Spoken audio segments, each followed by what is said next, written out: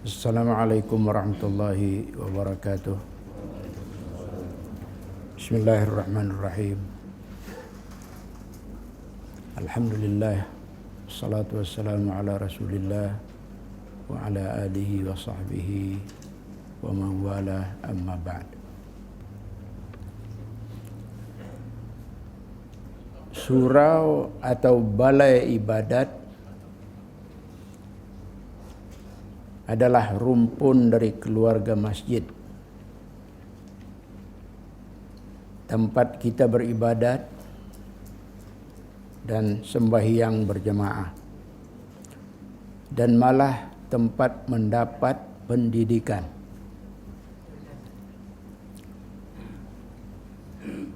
Bilakah bermulanya sejarah masjid? Siapa yang dapat menjelaskan ini? Bila masjid mula-mula dibina di atas permukaan bumi ini? Rasa-rasanya amat payah sekali untuk menjawab soalan itu. Memang payah dan rumit untuk menjawabnya. Tetapi dengan berkat Nabi kita Sayyidina Muhammad sallallahu alaihi wasallam, maka kepayahan atau kesukaran itu insya-Allah dapat diatasi. Kita boleh tahu jawapannya dengan merujuk kepada riwayat hadis baginda sallallahu alaihi wasallam daripada sahabat Abu Dzar Al-Ghifari radhiyallahu an, yang telah bertanya kepada baginda, ayyu masjidin wudi'a fil ardil awal? Manakah masjid di muka bumi ini yang mula-mula sekali dibina, wahai Rasulullah? Baginda menjelaskan, Al-Masjidul Haram. Abu Dzar kemudian bertanya lagi, thumma ayyu?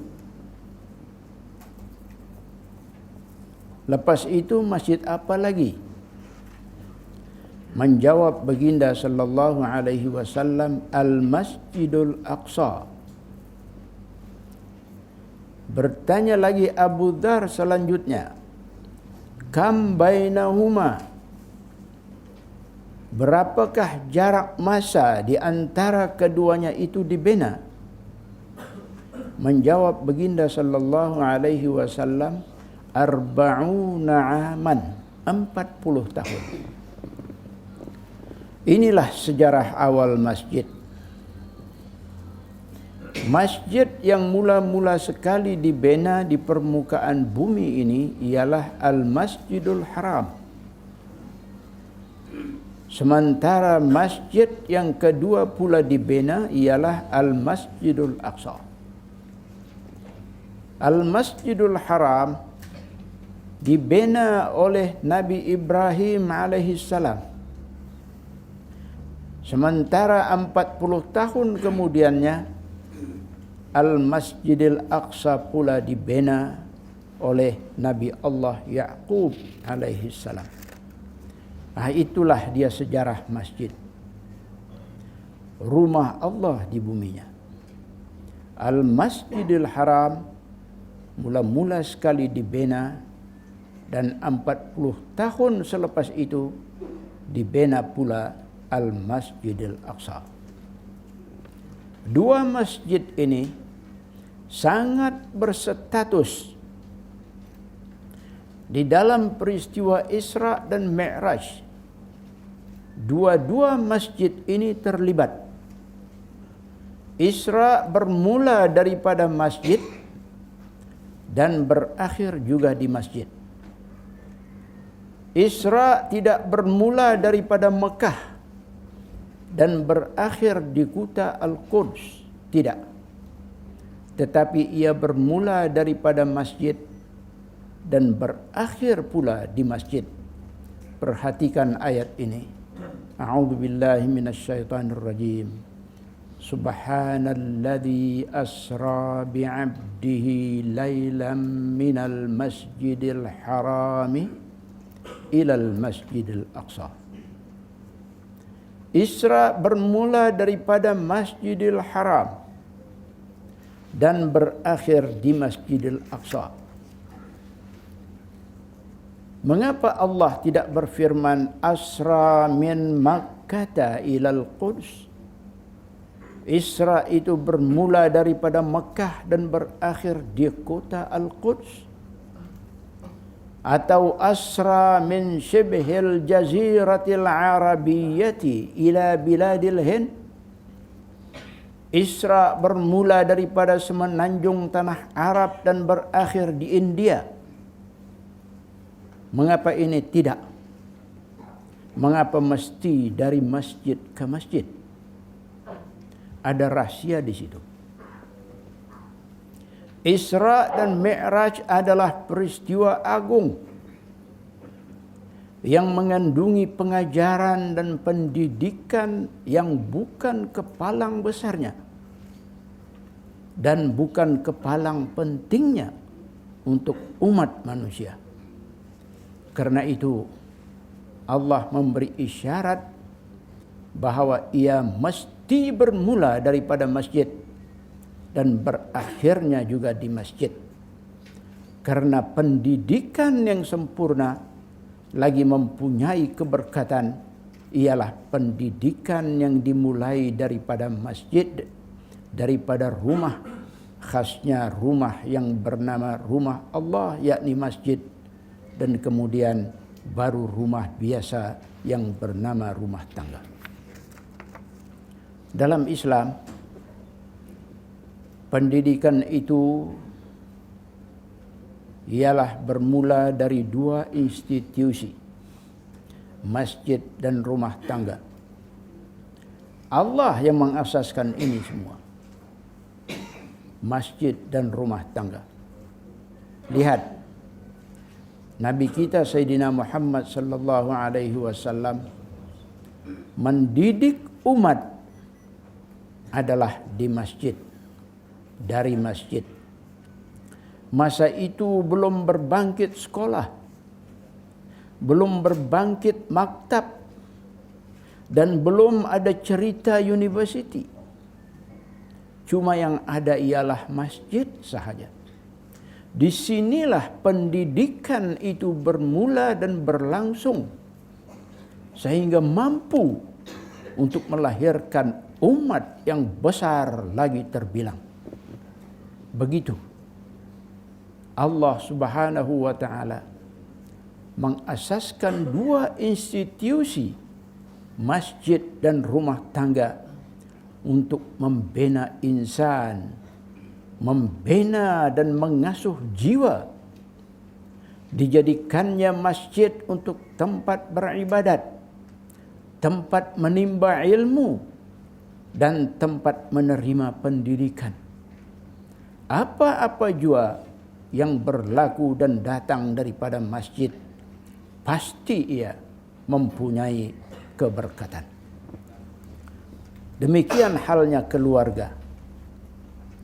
Allah asaskan institusi keluarga melalui kejadian Adam dan Hawa. Selepas menjadikan keduanya ini, Allah Subhanahu wa taala tidak membiarkan mereka untuk lepak-lepak, untuk berpoya-poya di muka bumi, tidak. Tetapi Allah berfirman kepada Adam, "Ya Adam uskun anta wa zawjukal jannata wa kula minha ragadan haitsu syi'tuma wa la taqraba hadhihi syajarata fatakuna minadh dhalimin." Kita perhatikan ungkapan ya Adam uskun anta wa zawjuka, wahai Adam, tinggallah engkau dan istrimu di dalam syurga. Apa makna engkau dan istrimu? Apa makna engkau wahai Adam dan istrimu? Rumah tanggalah, keluarga. Nampak kita? Allah boleh saja setelah menjadikan Adam dan Hawa, membiarkan keduanya itu merayau-rayau di muka bumi sebagai pasangan asyik masyuk untuk menikmati kehidupan dengan sebebas-bebasnya tanpa sebarang ikatan. Boleh saja, boleh. Boleh saja Allah berfirman misalnya, Ya Adamuskun anta wa asyiqatuka. Wahai Adam, tinggallah engkau dan kekasihmu. Tetapi tidak. Allah tidak menggunakan perkataan wa asyiqatuka yang bermakna kekasihmu. Tidak. Tetapi Allah menggunakan kalimat wa zaujuka yang berarti istrimu. Uskun anta wa zaujuka. Tinggallah engkau dan istrimu. Istrimu, bukan kekasihmu. Istri, bukan kekasih. Apabila disebut istri, pastilah ia halal. Allah sudah kawinkan Adam dan Hawa. Apabila disebut istri, pasti halal. Sudah diikat dengan pernikahan. Manakala satu-satu pasangan itu telah bernikah, maka inilah namanya rumah tangga. Sebuah keluarga telah terbentuk. Kalau kekasih disebut kekasih, ia belum tentu istri. Belum tentu sudah bernikah. Belum boleh dipanggil rumah tangga atau keluarga. Belum boleh. Ini indahnya bahasa Al-Quran itu dan maha mendalam pengertiannya. Inilah asas pertama atau wadah pertama. Pendidikan itu harus bermula. Dari sinilah pendidikan itu, dari rumah tangga, dari keluarga. Bukan dari tadika, bukan dari sekolah, tetapi dari rumah tangga. Sekolah, tadika dan sebagainya itu datang kemudian dan hanya sebagai tambahan saja. Kerana itu, yang pertama-tama sekali diasaskan oleh Allah setelah menciptakan Adam dan Hawa ialah membina keluarga, al-usrah dalam bahasa Arabnya. Kerana dari sinilah sumber untuk memperolehi pendidikan yang sehat, pendidikan yang sempurna. Ini isyarat dari Allah.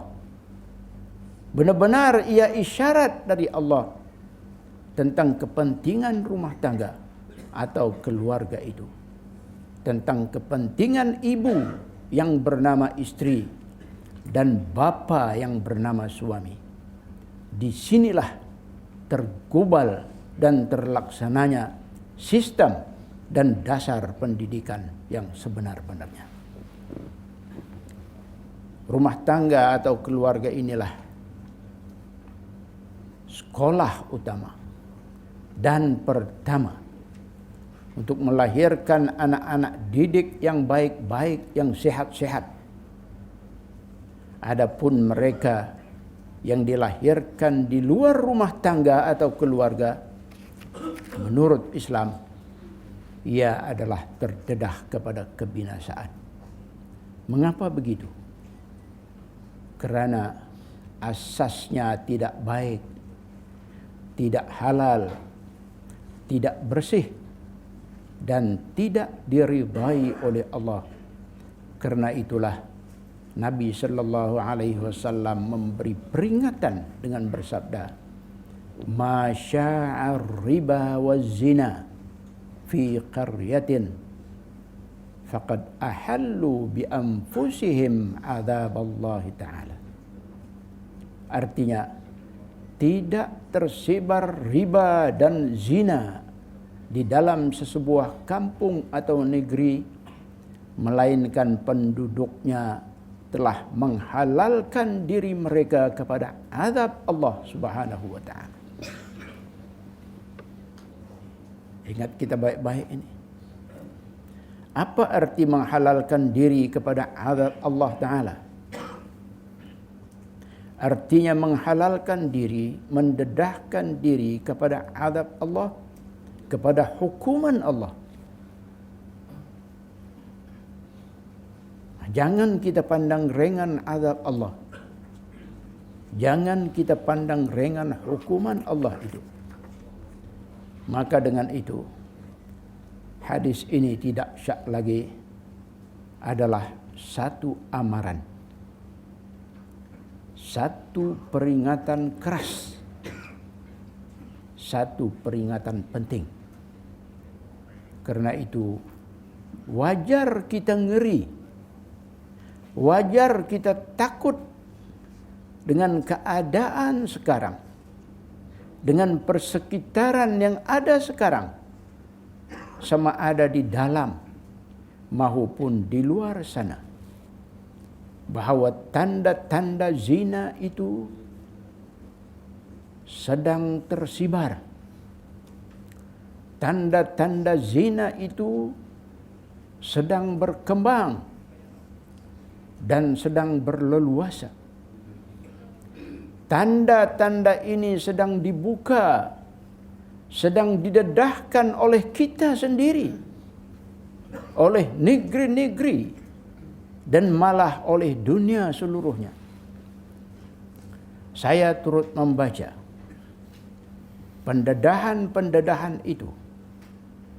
Di antaranya pendedahan yang ditulis oleh seorang pegawai syariah yang menyebut tentang perangkaan 7 tahun kebelakangan kelahiran anak-anak luar nikah di negara Brunei Darussalam sendiri.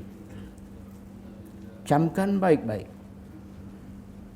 Perangkaan itu berbunyi, mulai tahun 2001 sehingga 2007, kelahiran anak luar nikah berjumlah seramai 417 orang. Jika dibahagi kepada 7 tahun angka ini, berarti bagi setiap 6 hari akan lahir seorang anak damit di luar nikah di negara ini. Setiap 6 hari saudara, setiap 6 hari seorang, tidak sampai seminggu tetapi 6 hari. Betapa kalau 60 hari? Betapa kalau 6 bulan? Betapa kalau 6 tahun? Berapa ramai ini yang akan dicatat di dalam statistik kita? Itu di Brunei. Itu di Brunei. Saya juga terbaca atau membaca statistik daripada negara jiran, misalnya Malaysia. Berdasarkan laporan rasmi Jabatan Pendaftaran Negara JPN, dari sejak tahun 2000 membawa ke bulan Julai 2008, lebih daripada 257,000 sijil kelahiran yang didaftarkan adalah tidak mencatatkan nama bapa. Secara purata, 2.500 kes anak luar nikah direkodkan pada setiap bulan, atau 83,3% kes pada setiap hari. Sama juga 1 kes pendaftaran anak luar nikah adalah berlaku pada setiap 17 menit 17 saat. Dan amat menyedihkan, menurut statistik itu, di dalam tempoh 4 tahun sahaja, 1999 hingga 2003 kelahiran luar nikah ini berjumlah 30.978 dari 70.430. 44% adalah anak orang-orang Islam. Sementara di bahagian lain dunia, seperti di Eropah, perkara ini seperti sedia dimaklumi, sudah biasa-biasa saja berlakunya. Di mana peningkatannya adalah lebih tinggi lagi. Misalnya di Norway pada tahun 1990 cuma ada 15% sahaja kelahiran di luar perkahwinan. Tetapi pada tahun 2007 ia meningkat sehingga 54%. Prancis pada tahun 1990 cuma ada 11%. Berbanding menjelang tahun 2007 meningkat kepada 50%. Ini kita dapati dari satu siaran bertajuk Percentage of Birth to Unmarried Women in Selected Countries 1990 and 2007. Itu belum lagi kita ke Afrika atau ke bahagian-bahagian lain merentas benua. Belum lagi. Pendeknya, dunia sekarang memang syarat dengan dosa zina.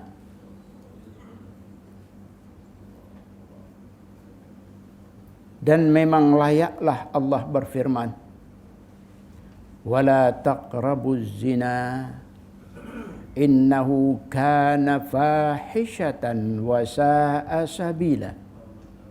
Tafsirnya, jangan kamu menghampiri zina. Sesungguhnya zina itu adalah satu perkara keji dan sejahat-jahat jalan. Zina mengundang kepada bala, mengundang kepada kebinasaan,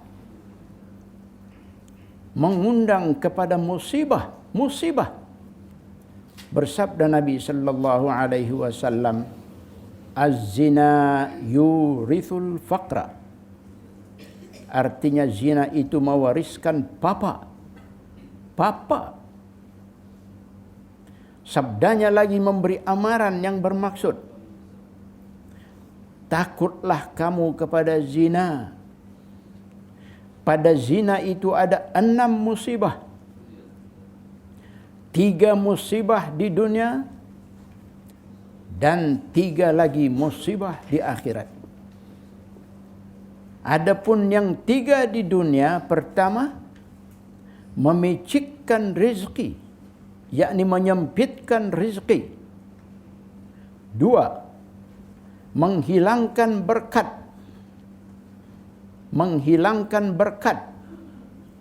Dan 3, apabila keluar roh, dihalangi ia dari Allah Ta'ala, yakni dari mendapat rahmat Allah, serta menyaksikan dia neraka dan malaikat Zabaniyah, pengawal neraka.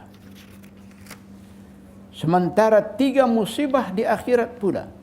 Pertama, memandang Allah Ta'ala kepadanya dengan murka sehingga hitam mukanya. Kedua, dihisap dia dengan amat ketat sekali. Dan yang ketiga, diheret dia dengan rantai ke neraka. Itu zina, saudara. Wal'iyadu billah. Zina perbuatan keji di antara makhluk lelaki dan perempuan. Betapa dengan perbuatan lebih keji yang juga turut dirakam oleh Al-Quran sebagai kisah kaum Lut.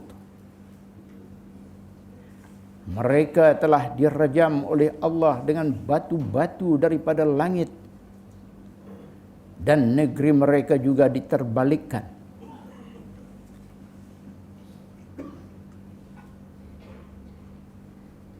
Adakah perbuatan kaum Lut ini sudah benar-benar berakhir dengan terbaliknya negeri kaum Lut pada masa yang lampau? Kaum Lut di zaman Nabi Lut alaihi salam, kaum ini memang telah benar-benar musnah.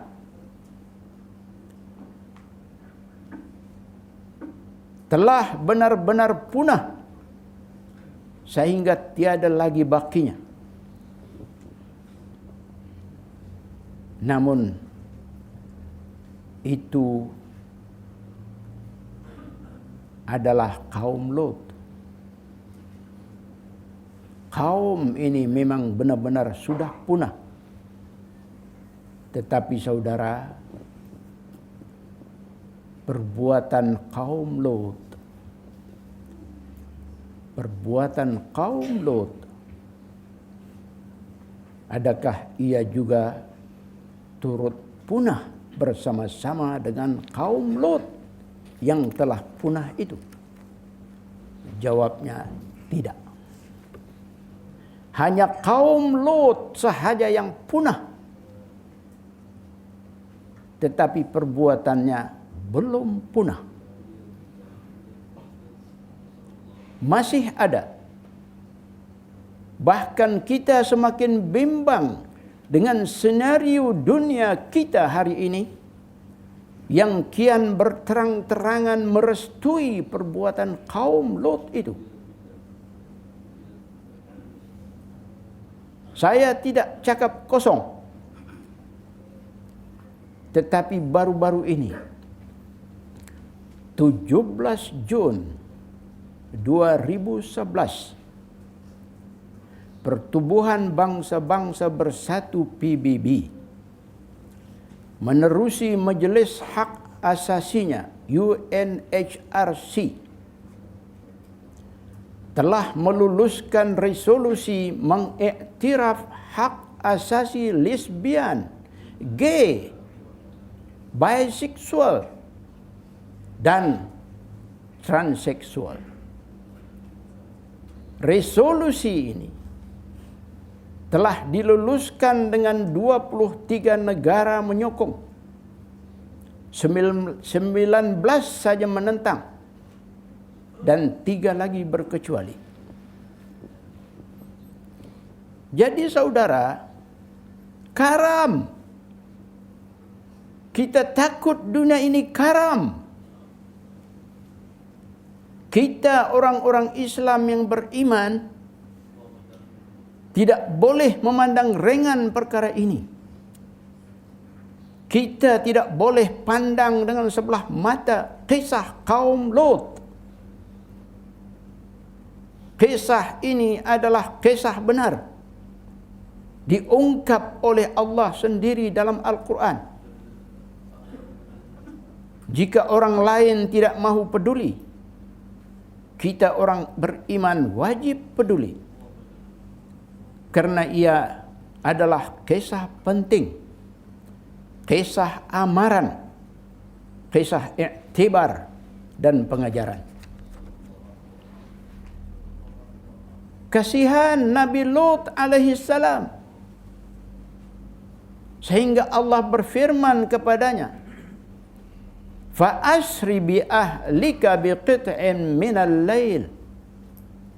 Tafsirnya, pergilah engkau wahai Lut, berundur dari sini, dari negeri itu, dari tempat itu, bersama-sama dengan keluargamu pada tengah malam.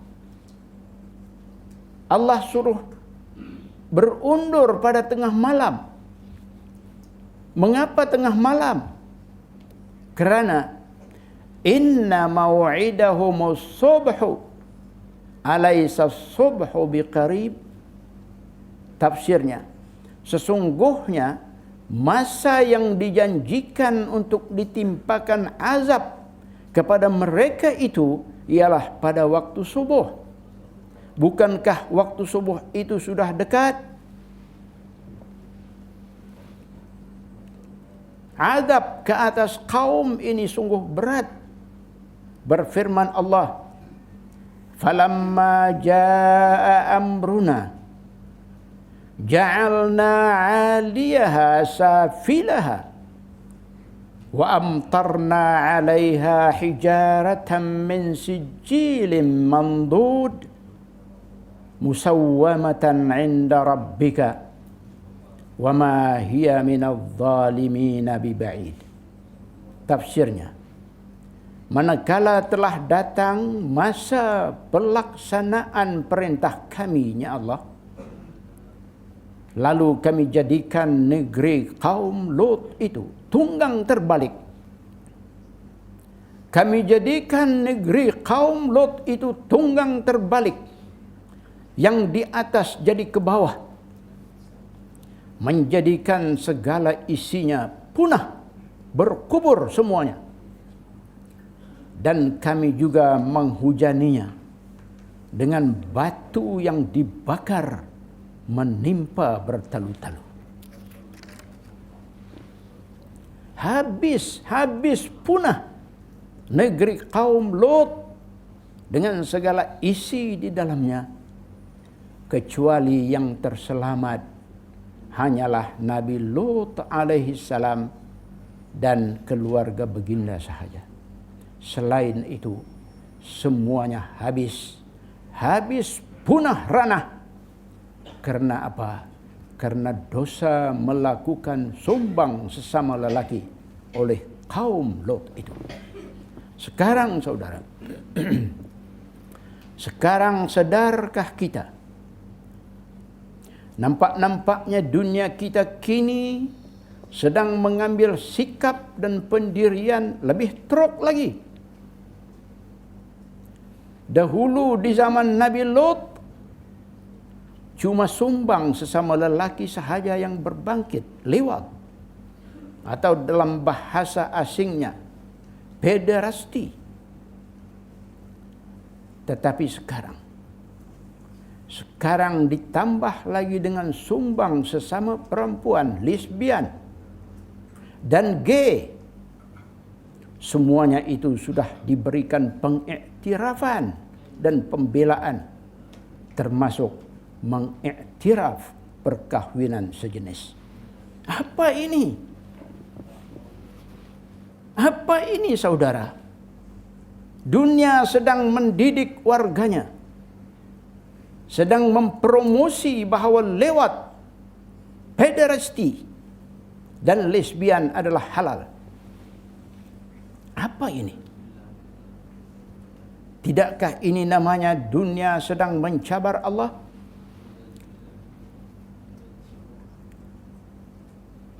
Tidakkah ini namanya dunia sedang mencabar Allah? Betul-betul dunia sekarang sedang mencabar Allah. Mengapa kita kata begitu? Mengapa kita kata dunia sedang mencabar Allah? Jawabnya, bukankah Allah sudah memberitahu dunia, memberitahu kita semua melalui kisah kaum Lut, dan Nabi kita Sayyidina Muhammad sallallahu alaihi wasallam juga turut bersabda, mal'unun man 'amila 'amala qaumi Lut.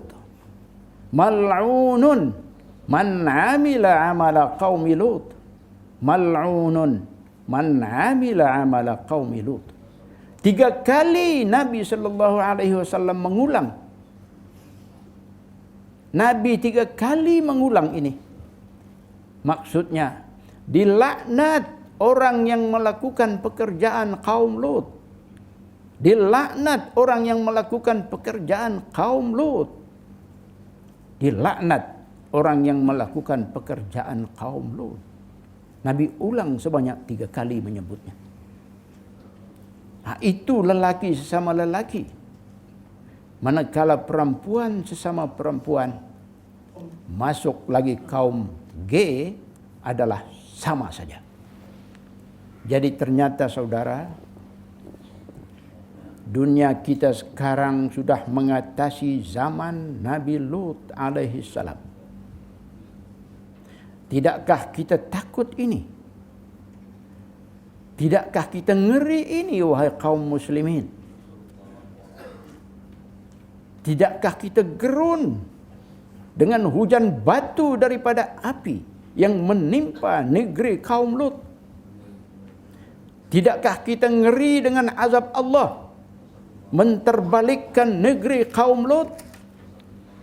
Ingat, Allah itu maha berkuasa. Dia juga maha merancang dan melaksana. Jika dia mahu, tidak mestilah hujan batu. Tidak mesti hujan batu daripada api yang juga akan turun, tidak mesti. Dan tidak mesti negeri betul-betul terbalik seperti negeri kaum Lut, tidak mesti, tidak mesti. Tetapi sadarkah kita saudara, apa maknanya gempa? Gempa bumi. Apa makna ini? Apa maknanya tsunami? Apa maknanya ribut taufan? Apa maknanya banjir besar? Apa maknanya kebakaran hutan yang dahsyat-dahsyat? Apa makna semua ini? Apa makna? Gempa bertali arus. Tsunami bertali arus. Ribut taufan bertali arus. Banjir besar bertali arus yang meratah-ratah korban sehingga beratus ribu jiwa, dengan sekian banyak lagi harta benda yang musnah. Apa ini? Apa makna semua ini?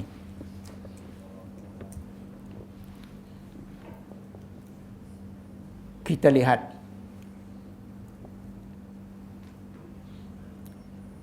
siapakah yang mampu mengetahui dengan tepatnya bila gempa-gempa bumi itu akan berlaku, sehingga membolehkan orang bersiap untuk meninggalkan rumah dan lari ke tempat-tempat yang selamat? Siapa? Siapakah yang mampu untuk mengenal pasti dengan tepatnya bila tsunami akan berlaku, sehingga membolehkan orang lari ke tempat-tempat yang selamat? Siapa? Siapakah yang dapat mengetahui dengan tepatnya bila ribut taufan akan bertiup, sehingga membolehkan orang ramai bergegas mencari tempat-tempat perlindungan? Siapa? Kalau dalam masa perang, orang boleh saja mendapat peringatan dengan mendengar bunyi sirin memberi amaran. Tetapi Allah, saudara, apabila Dia berkehendak untuk menimpakan sesuatu hukuman, maka tidak ada siren yang dapat memperingatkan kita. Siapakah yang dapat menolak bahawa gempa, tsunami, ribut taufan, banjir besar dan api, siapa dapat mengatakan ini bukan hukuman Allah? Siapa dapat menolak dan mengatakan bahawa ini semua tidak ada imbas persamaan dengan hukuman ke atas kaum Nabi Lot? Siapa dapat kata? Kita tidak kata tepat-tepat, tetapi imbas persamaan mirip-mirip memang ada. Baik, itu hukuman yang ada imbas persamaan, ada mirip-mirip persamaan dengan hukuman kepada kaum Lot. Bagaimana pula dengan hukuman lain? Ada ataupun tidak hukuman lain? Saudara, mari kita camkan baik-baik. Ingat bahawa Allah itu bukan macam kita. Kita ini kalau pakar undang-undang, undang-undang saja. Pakar ekonomi, ekonomi saja. Pakar buat bom nuklear saja. Pakar buat jet pejuang saja. Itu kita. Tetapi Allah, saudara, semuanya dia itu pakar. Maha pakar. Apa sahaja yang dia mahu berlaku. Kun fayakun dalam Quran. Dia kata jadi. Nah,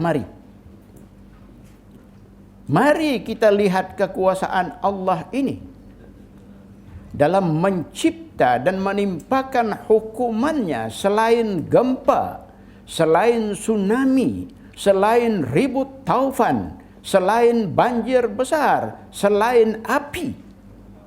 Yang kita kata tadi ada imbas-imbas persamaan dengan hukuman ke atas kaum Lot. Apa dia hukuman lain itu? Ada ataupun tidak? Mari kita rasa-rasakan. Mari kita tengok-tengok. Kita cuba amat-amati. Ada ataupun tidak hukuman lain selain daripada hukuman yang mirip-mirip dengan hukuman ke atas kaum Lot? Jawabnya ada saudara.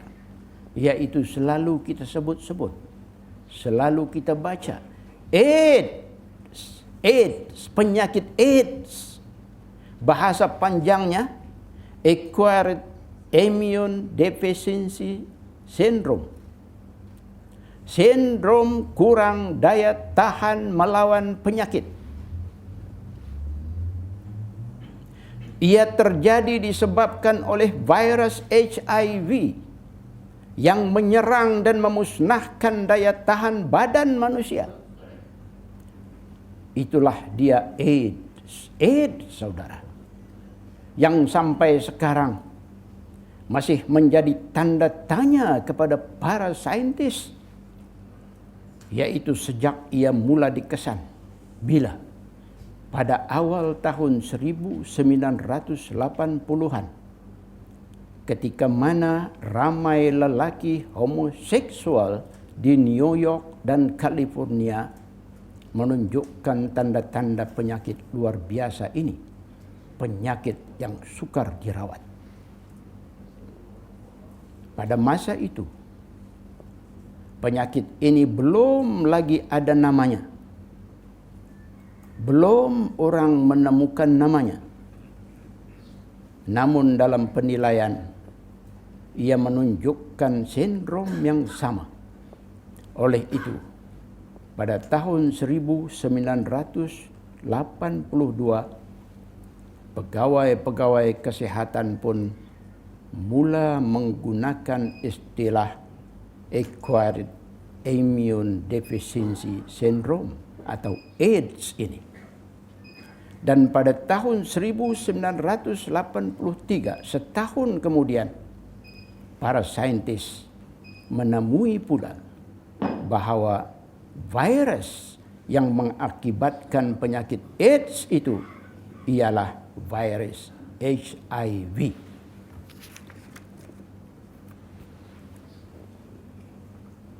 Para pakar sudah sepakat.